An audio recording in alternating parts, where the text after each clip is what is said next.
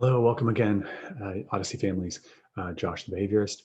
And today, it's been a while since the beginning of the year, we are going to review pivotal response training, PRT. I made a video earlier in the year, probably in September or October, an overview of naturalistic teaching and discussed PRT in that video. But at this point, I'm going to kind of go a lot further on that. So if you're just looking for a primer, go back to that other video. It'll give you a really quick, 5-minute, 4-minute overview of PRT and naturalistic teaching. This is going to get a little bit more deep. Again, and I say this in every video, but these videos aren't a replacement for an in-home ABA program or any kind of other parent training or support program.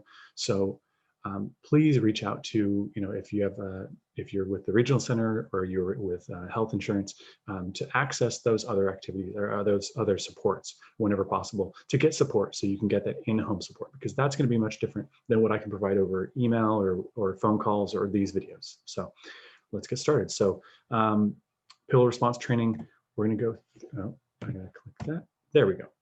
So pivotal response training is a behavioral treatment for autism. This therapy is play-based and initiated by the child. PRT is based on the principles of applied behavior analysis. So some people might say, well, we do naturalistic teaching and that's not ABA. It's all kind of a mix. So there are elements of applied behavior analysis in PRT, and it's verified as sort of, there's a bunch of research behind it for probably almost closer to 40 years at this point, definitely 30+ years of research that went into the development of PRT, but it is an offshoot. It is under the ABA umbrella. We're going to talk about a bunch of these things in more detail, but we'll get into that. So the goals of this approach are to develop development of communication and language skills. That's sort of the primary. There's other targets in there, but we'll talk about it in a second. Increasing positive social behaviors, relief from disruptive self-stimulatory behaviors, and then the PRT therapist targets pivotal areas of a child's development instead of working on one specific behavior. So by focusing on pivotal areas, PRT produces improvements across other areas of social skills, communication, behavior, and learning. So when you look at, if you do have an in-home program that may or may not be doing, targeting using PRT in their implementation, one of the things that you want to look at, even if you aren't necessarily in a PRT program that's focused on that, you can still focus on the pivotal skills. I feel like actually I probably should have a little bit more about the pivotal skills. But again, I'm going to be referencing, there'll be some links in the description to some books. I'm not getting any money from it or anything like that. It's more of just some books that I'm familiar with and some resources from PRT that would be really beneficial to parents. And you can pick your level on how deep you want to go, because some of them are a little bit more academic and really more for therapists and professionals than the parents, but there's a nice variety in there. But the pivotal skills are really about those communication skills. When I used to run PRT programs, a PRT program was, you're looking at making sure that the child has the most elementary skills in communication. Being able to say yes, no, stop. Those are pivotal skills. If you don't have the ability to say yes or no, or ask for something, you're going to get a lot of behaviors, because at that point, you can't accept something or decline something, or ask for something or avoid something without using a behavior instead. Because if you don't have a communication, and we've talked about that in other videos, if you don't have a communication skill that matches that function, we've talked about the functions in a previous video, to say yes, to say no, to say stop, to say please, can I have this, or I don't want this, or can I just stop? Can I be all done? I mean, if every student had those, let's just say the 5 yes, no, accept, decline, and ask for a break, if all of our students on campus had that and were firm on it, had it really just mastered, it'd be amazing. And I think you can think of your own student, your own learner, and where they're at, because they might not have all of those. They might have the yes and no. Most of it, that's an easy one. To ask for a request or to stop, those two, sometimes the stop comes really quickly, but the asking is something that's hard, or the asking takes a really long time and the stopping doesn't ever really come up, because we're so focused on the other one. So when we're looking at PRT, that's one of those things that they really want you to focus on, is make sure we have those, those foundational skills, and then we move on to other things. And what you'll see, and this is that one sentence that they include there, when you target pivotal skills, you will get gains in other areas. So when a student has, let's say that we're just going to stick to the 5 yes, no, yes, no, request and deny, and then ask for a break. Just let's say those 5.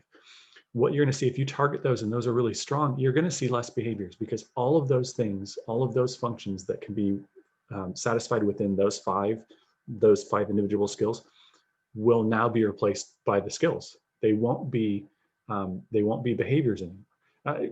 We still might have behaviors, but there might be something different, and they should be lower level. But that's where you see, you might target it in one location, you might target it one specific skill, and then you need to make sure to sort of monitor how it happens in other places. So that's one of those, when you do a PRT, and you'll see it in some of the books, and I'll kind of hand up, I'll bring the video so you can see the books that I have available right now. They call it collateral gains. So even if you're targeting one of those pivotal skills, you might just be targeting yes or no, or that's the one that you really want to focus on. You're going to focus on those. You're going to see things that come up in other places, that suddenly the student starts acquiring other little chunks of skills. And we'll talk about that in one of the, actually, I think it might be the next slide. So let's actually move to the next slide. We'll talk a little bit more about that. Oh, and here we go. Pivotal areas, we kind of go over this again. So motivation, and I was looking at pivotal skills as far as the actual skills themselves, but let's talk about the pivotal areas according to PRT. Motivation, response to multiple cues, self-management, initiation of social interactions. I'll just read this whole thing and then we'll sort of talk about it a little bit. We're going to go, each of these is going to have multiple slides. So motivation strategies are an important part of PRT approach. These emphasize natural reinforcement. For example, if a child makes a meaningful attempt to request a stuffed animal, the reward is the stuffed animal, not a candy or other unrelated reward. Children are rewarded for making a good attempt, even if it's not perfect. PRT was developed by Dr. Robert Cagle and Dr. Lynn Kern-Cagle of Stanford University. It was previously called the Natural Language Paradigm, NLP, and this approach has been used since the 70s. So yeah, natural language paradigm was 1970s. In the 80s, they sort of shifted toward PRT. And if you are familiar with them, the Kagels, they previously were at University of California at Santa Barbara. They have I believe they still have the Kagel Institute there. Their whole, they had a great graduate program, and actually a lot of the things, a lot of the research that's been published so far from PRT at this point is still from UC Santa Barbara. It's not from Stanford yet. They just joined Stanford in the last couple of years. Sorry, timer's going off. So let's get to the next one. So let's look at the first one, motivation. I'm going to talk sort of generally about it, and then we're going to talk about some examples. So motivation, in general, you want to follow your learner's interest and teach the skills within those interests. So rather than using their interest as the prize, like a first then where we say, well, you have to do this skill and then you can play video games. You have to have this skill and then we can go outside. After exhibiting a target skill, you teach the skill within the activity, and the prize is delivered naturally during the activity. And it seems a little off that you would say, well, why are we going to allow them to play video games? But what you can do is, and I'm just going to give a few examples, you teach colors while playing with Play-Doh or Legos, teach numbers during a baking activity, teach communication while playing with their favorite app or video game. You can, and the example I give, which is, would you rather learn new skills using something you enjoy, or the alternative is something you really don't like? Or, when we look at PRT, you want to get that motivation, because motivation, if a student's not motivated, they're not going to engage nearly as well as if they are, if they're interested in what they're doing. We talk about that in class too. When we look at the materials, sometimes the materials are kind of boring. And, we can all see that, like, a black and white number card isn't nearly as exciting as if it was something with Mario or, Pokemon or something else. That's going to be more interesting. If it was me, it'd be more interesting to me to count those. If I was learning to count, I'd much rather count Pokemon than little stickers or, little circles or something. But because they're already engaged in that, and especially for like the Play-Doh, that's a good sensory thing too. So it's sort of multi-use. But if they're playing with Play-Doh and they like the sensory and they're so into it and they like rolling things or poking it or whatever they might be doing, you can easily just start working on colors. And it's not going to be a first then, like, you don't get to play Play-Doh until you name all the colors. It would be, you're playing with Play-Doh, you're playing with Legos. And during that, you can say, hey, Do you want the red one or the green one? Do you want the blue one or the yellow one? You can assess that sort of as you're going and sort of see if they know that. You can sort of test it out that way rather than making it some sort of other demand. You're not going to have a big pile of Play-Doh or a pile of Legos and say, well, you have to ask for each individual one and name the color or name the number. You want to use it within the activity, and that's where the natural part of it. It doesn't,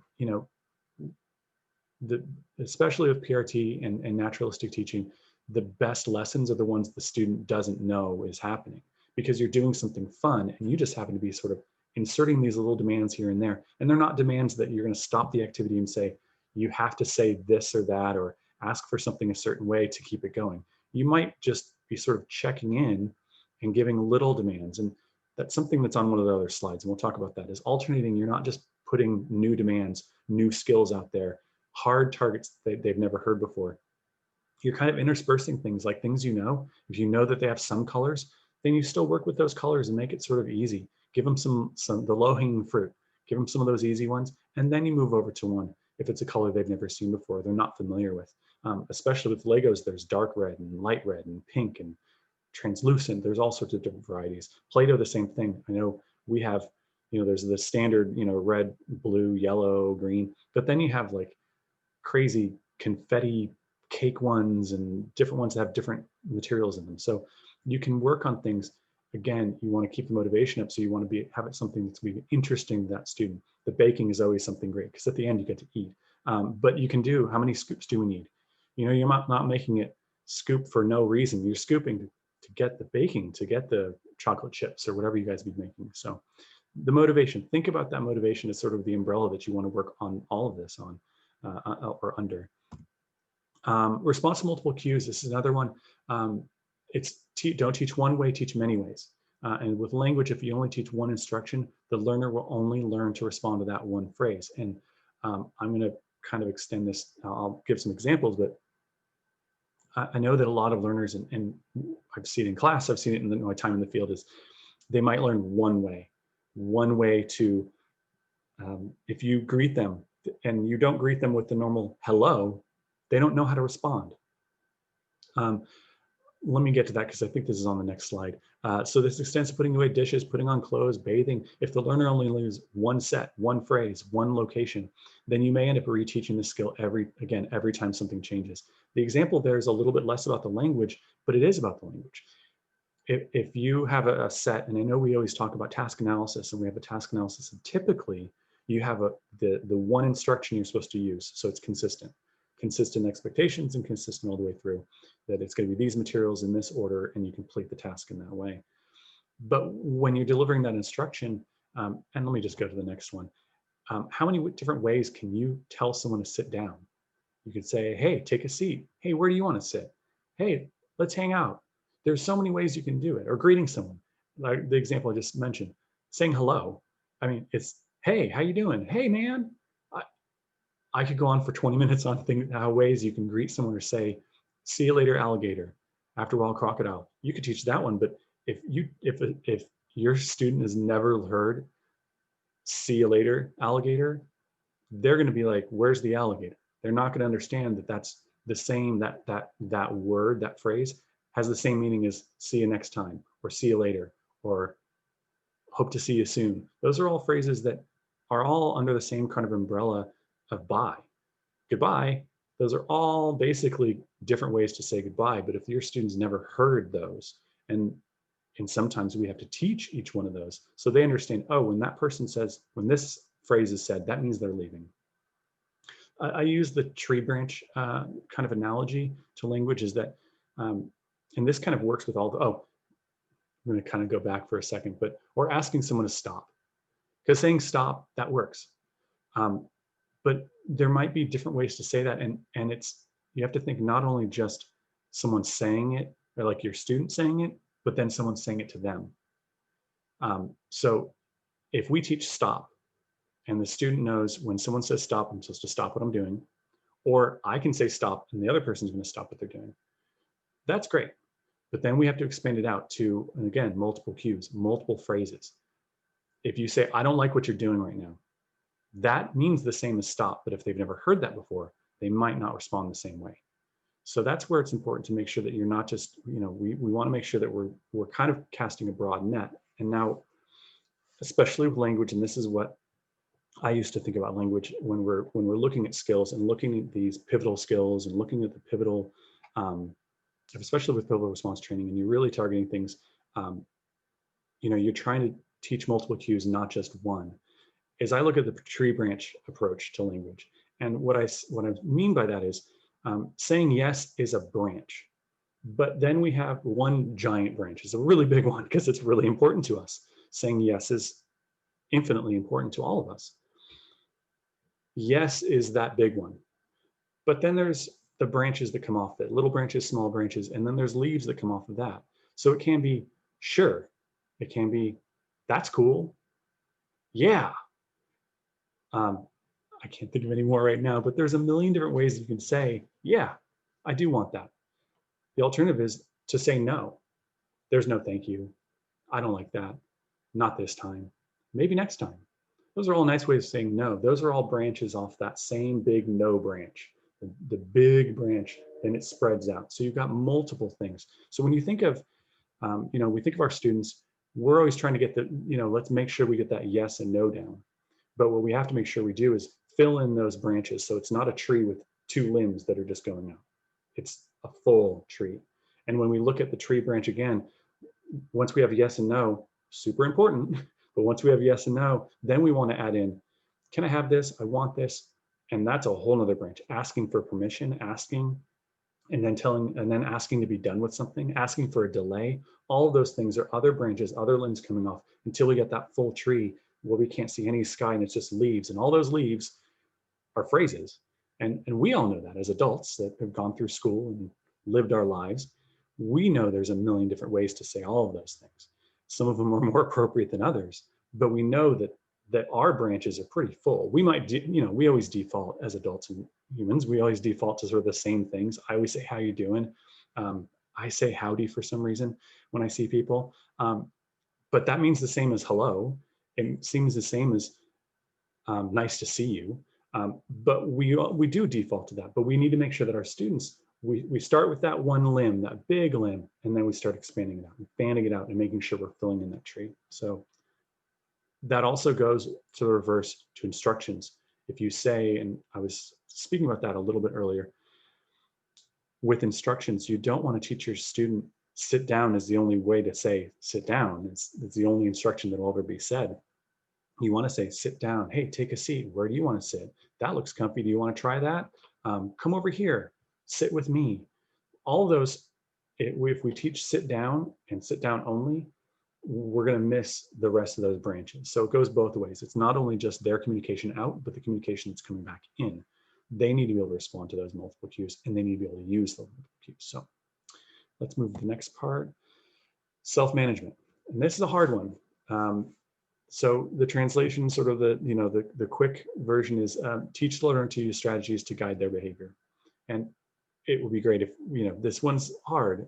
So often this is a way to teach replacement behaviors. We have videos on that, to decrease maladaptive behaviors, but it's the learner that selects and engages in their replacement behavior. It's not us. Oftentimes the goal of self-management, and there's a lot of steps there. The goal of self-management is that the student is doing everything on their own. They can do internally if needed. I mean, that would be great if they can do it all internally. Assess a situation, understand what they should be doing differently, and then act on that. Select one of those things they should do differently, and then act upon it. The goal eventually is that they can just do that, and they're managing their behavior, they're managing their emotions, they're managing their hunger level, they're managing their body, internal conditions, internally, and being able to make those decisions the same way we do. My stomach rumbles, I think, oh, I need to eat something. Okay, it's such and such a time I need to wait, or what do I have to eat? Is it the right time? I can make those decisions in a snap. A lot of our students aren't making those decisions, and they're not as aware, or they might be aware of it, but they act out rather than being able to take those strategies in, make those decisions, and then engage. So I would really recommend for this video, this is one of those areas that, especially for our students that are a little bit older, because this is really harder. It's possible, but it's harder to teach younger students, younger learners, because it's just, they're still working through a lot of different things. Developmentally, the awareness might not be there. It's possible, but it's a little harder. But I would recommend, this is one of those areas that I really feel an in-home ABA program or any sort of whatever support you can get to target this appropriately. It would be best to have support in the home for this. But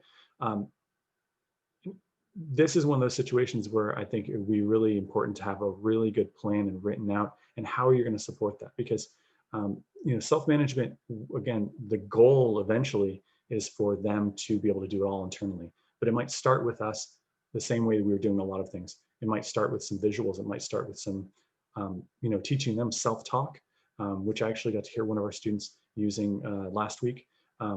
He did it externally, but you could see that he reminded himself, which was great to hear, because then we knew what he was doing.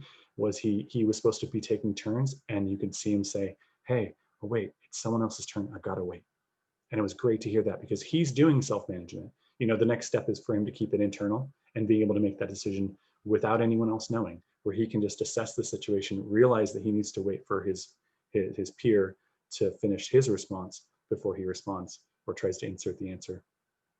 But the fact that he did it externally is amazing. The goal is there, but there's multiple steps. I'll talk about self-management in a second when I talk about some of the books and strategies. But let's talk about this one. I think there's this one and maybe one more. Initiation of social interactions. So you provide feedback to any initiations from your learner, and when they initiate, they're motivated. So oftentimes we're trying to teach, we're holding out, and let me read this example, and this is a pretty good example, and then we'll kind of go to the next slide as well, and then we'll get sort of more into the details. But the example in the slide earlier was, if a child makes a meaningful attempt to request a stuffed animal, the reward is the stuffed animal, not a candy or other unrelated reward. Children are rewarded for making a good attempt, even if it's not perfect. And I'll kind of expand that on this one, and we'll talk about it a little more, but acknowledge the attempt and shape it. So expecting the learner to repeat a word until it's perfect will only lead to frustration, especially for everyone. But if you acknowledge the attempt, you're reinforcing the next attempt, and so on. Well, I said it here. So think about it this way. If you don't reinforce the attempt, the learner will eventually stop trying. This is mostly true, most true for communication, but also it can be implemented with other emerging skills. When your student comes to you and produces something that, wherever you are on the developmental scale, if you're working on single sounds, if you have a nonverbal student that's not using any utterances, any sounds, and then they come up and produce a sound, you want to accept that, because they've made that attempt, especially for them on their scale. That is a very hard thing to do, because they're not making, if your student's full sentences, you have to accept where they're at and reinforce what they are attempting to do, because you want to encourage the next time. So even if a student says something, let's give a nonverbal example. Students nonverbal, they're using AAC or PECS or sign language, and they make a vocal approximation of a request. You want to reinforce that, because that's what we want. We want to get more vocals. We want to get that communication modality reinforced. We want to improve that and increase that.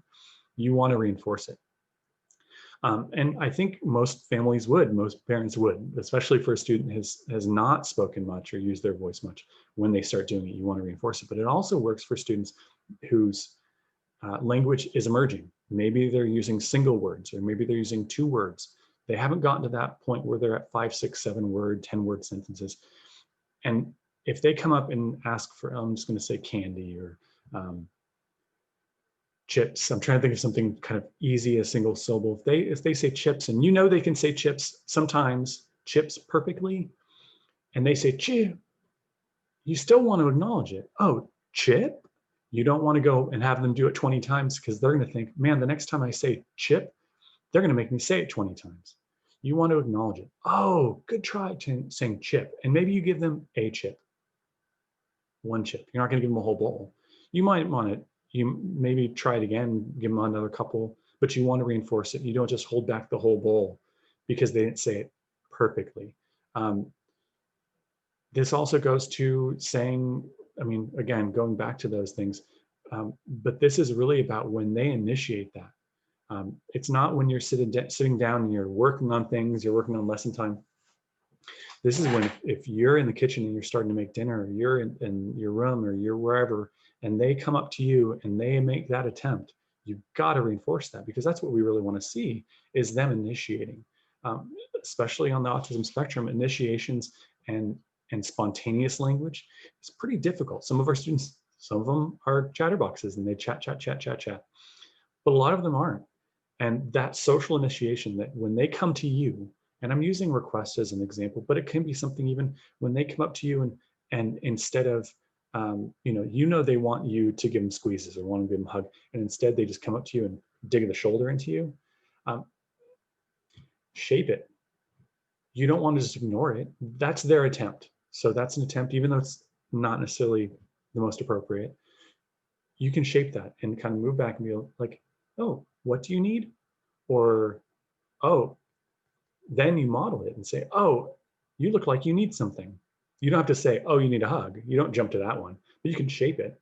And I think actually that was on my list. I was going to do a shaping and fading video pretty soon, because that's another thing that kind of goes along with this, is you want to acknowledge it. They initiate, and maybe we have some students that will grab things, and you can sort of push away a little bit and say, hey, oh, it looks like you need something. You want to acknowledge the attempt. It's an attempt.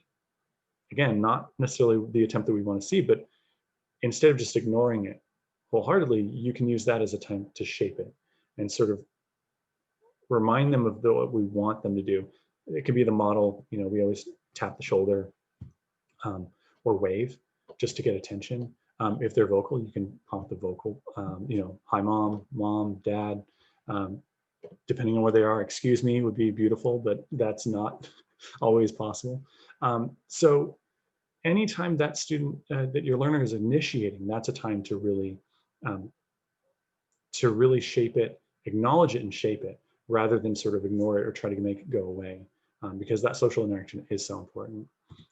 This is something I found. This is, hopefully I'm not blocking the upper corner of my little screen, but this is something I found from, I think this is from a firm, which is a great resource. I should probably put that on the link as well. But this is sort of a really nice overview of kind of what it would look like. Now, the social interactions, again, you might not be,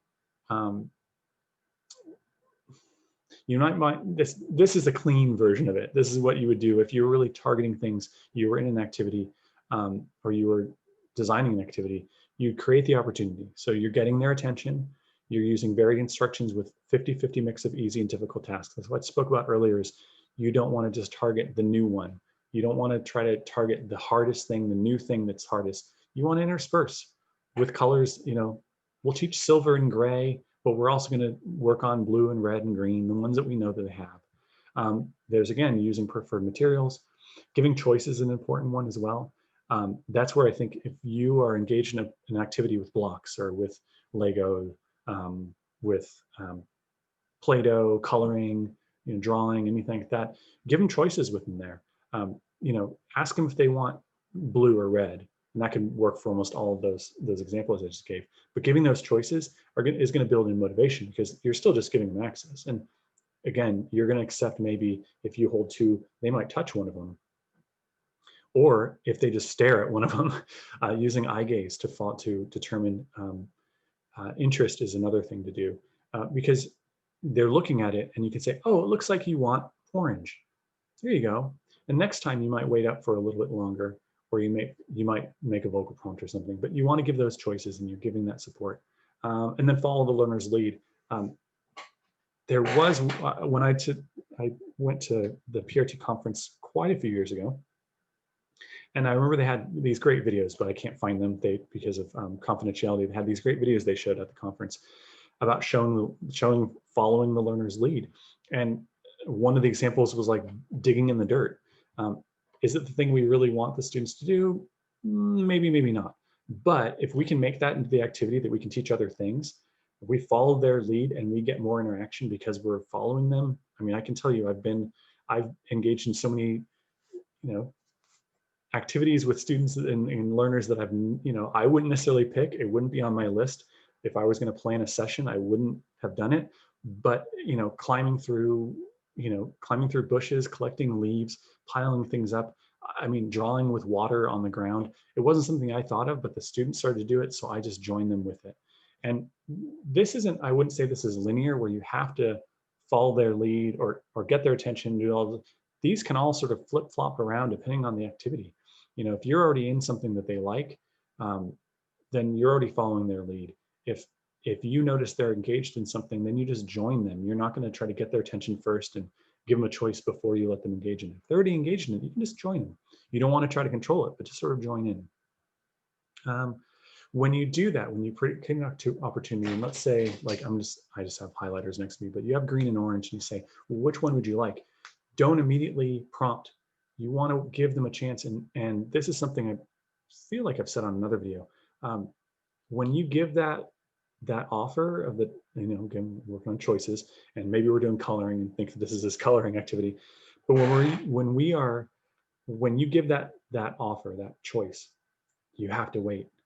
And it seems like an eternity. And I've talked to, I know I talked to staff on campus when we were still on campus about how long it feels, how long that feels.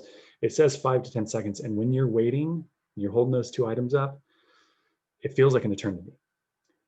But sometimes, and I see this even on our Zoom classes, some of our students, it might take them 5 to 10 seconds. It's that processing time.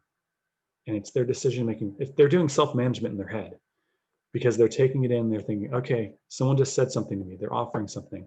I'm going to look at them. I see them holding the things up. They're doing it almost in real time. You can see the wheels turning sometimes.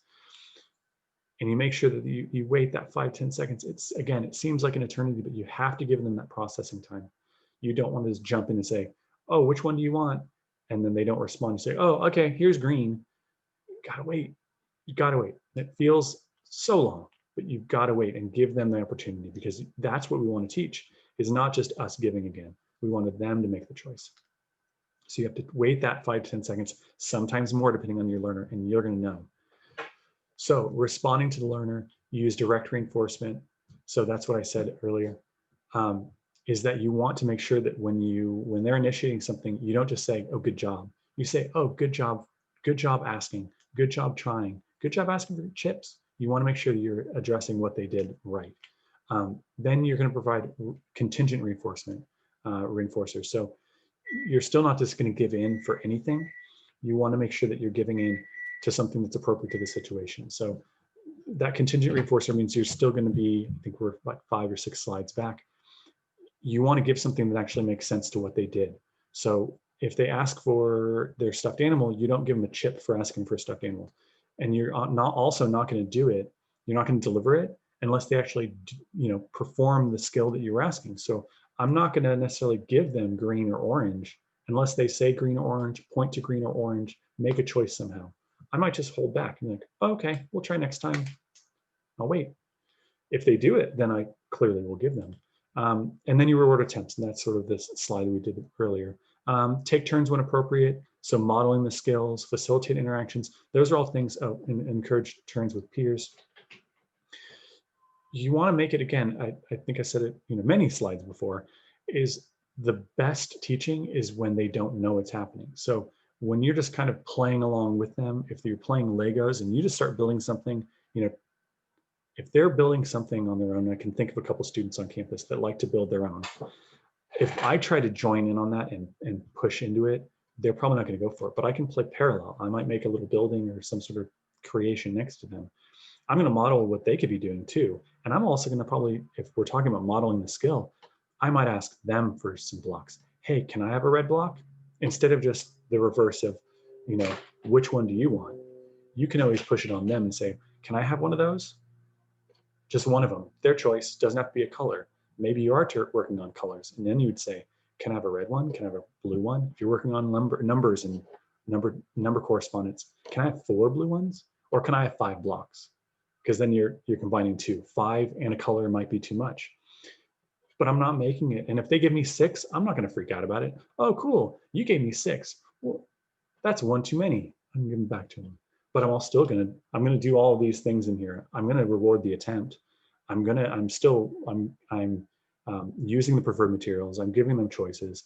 Like again, with blocks, if I said 5 white ones and they want those white ones, I might not get the white ones. But if I say, just can I have 5?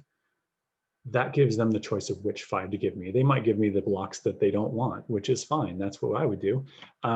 So you have to make sure that you're sort of within that activity. You're not being so rigid. You're not being so restrictive that you're not providing that reinforcement and making it a pleasant activity. And that's sort of the whole basis of naturalistic teaching, is you want to make it natural. You want to make it seem like you guys are just playing. You guys are just hanging out.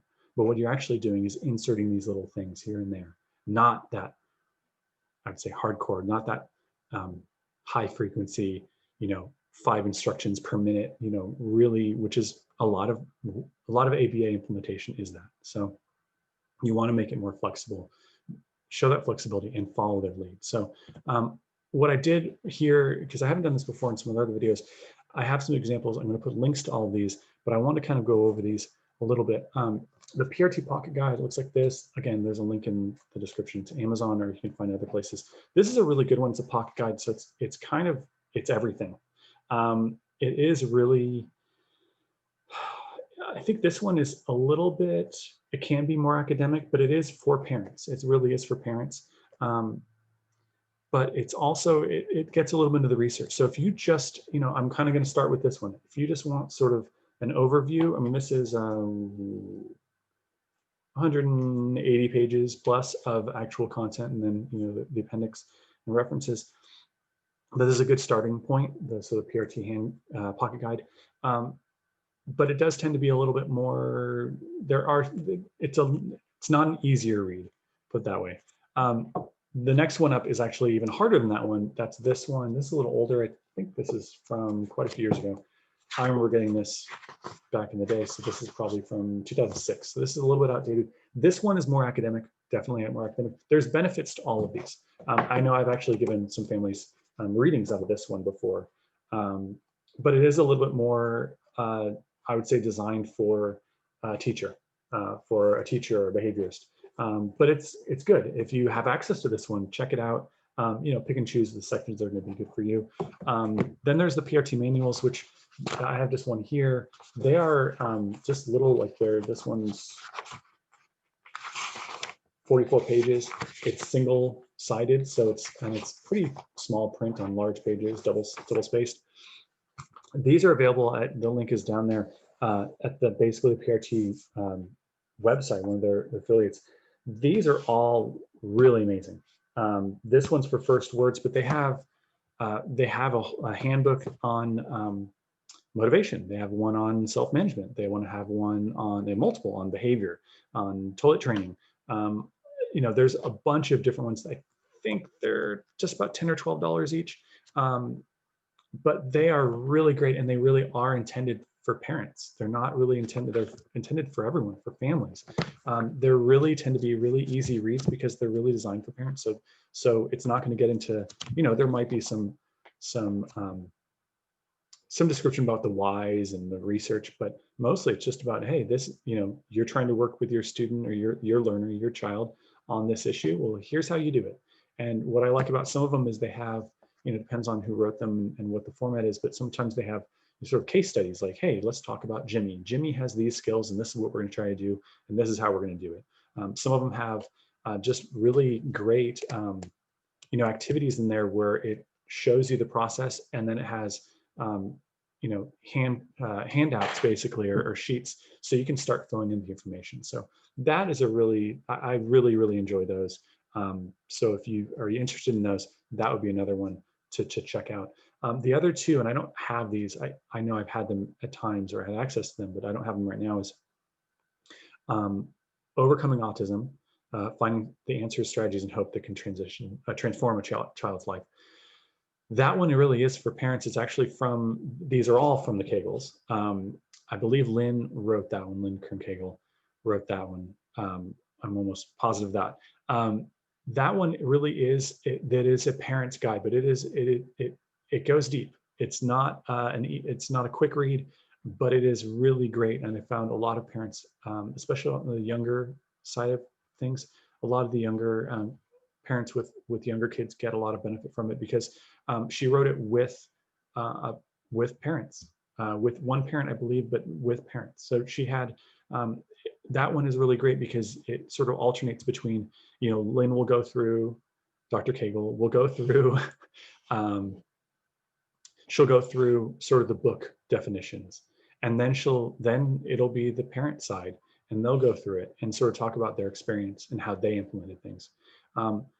That one's, I would say, generally for younger students. But I think that is also beneficial probably into the early teens. In the teen years, and this is more for, I would say, for higher functioning students that have more developed social skills, and especially that teenage and up sort of time period. The next one is growing up on the spectrum. And that one is sort of the next step from overcoming autism. It is more for those complex social skills that our students need as they become adults and young adults and teens. It's definitely, I would say, angled more for higher functioning students and learners, but there are benefits to it because it does give us a different perspective on things. And again, it's the same sort of format where you have Lynn sort of gives a basis for the book definitions of things and sort of how they apply and how how they came to the strategies they have, and then it brings it back to what is the actual experience like. And I believe that one has multiple. I know there's one parent author on there, but I think there's multiple parents that share their stories in that one. So those bottom two are really beneficial for that. These are great. All these manuals and things, they are really great. But when, as a parent, you want to make sure that, I think it's beneficial for you to hear from other parents. And, I can speak from the experiences I have, but I have not implemented a PRT program necessarily with my child. So it's a different experience for me. But I feel like those two are really beneficial. I think generally almost every parent, any parent would benefit from the Overcoming Autism because it does have all of these strategies that we've talked about in much greater detail, and that parental experience too. So once again, I always say this, but please reach out if you have any questions and have any ideas for more videos. Let me know. Reach out to your teacher, and again, reach out if you have an ABA provider. Reference, use them as they should be your primary support. And if you have any questions, reach out to me, reach out to your teacher, and we'll see you next time. Thanks.